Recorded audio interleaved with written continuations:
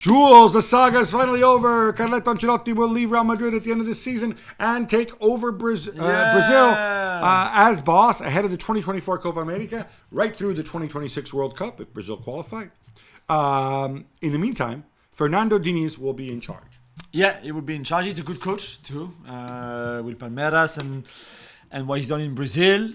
But then I think they wanted Carlo. They have Carlo now. They will have to wait a little bit longer. I would expect that Carlo will be involved somehow, even through this season, of what Diniz is going to do. It would be strange for Diniz, let's say, to go and play 3-5-2 and do something completely different than what Carlo would do. I think it would be good for even Carlo to be a little bit involved with Diniz, let's say, when they build up squads, especially when we get closer to the Copa America.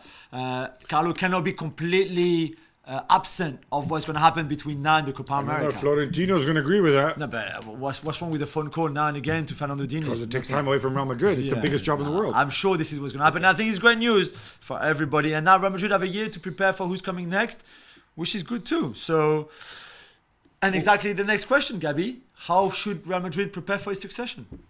I think very carefully. And I think the preparations should start now. Because obviously they've invested in so many young players.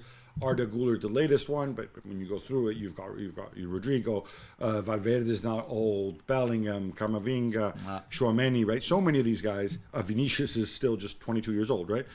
So they want. I think the main thing you decide is: do you want a guy who's a man manager managing, which I know sounds reductive, or do you want the vision guy? Yeah. On paper, two of the names that have been mentioned, two Real Madrid old boys, Raúl and Xabi Alonso. Arbeloa, who's done really well as well in the youth teams, like Raúl did before he left. I don't know about it. I would like them to. I think they should cast the net a little bit wider. When it comes to succession, I think they also need to start thinking. I'm sure Florentino must start thinking.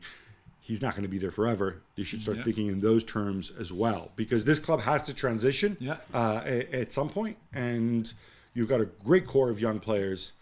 If it means you have to take a season to grow, then let that happen. Yeah.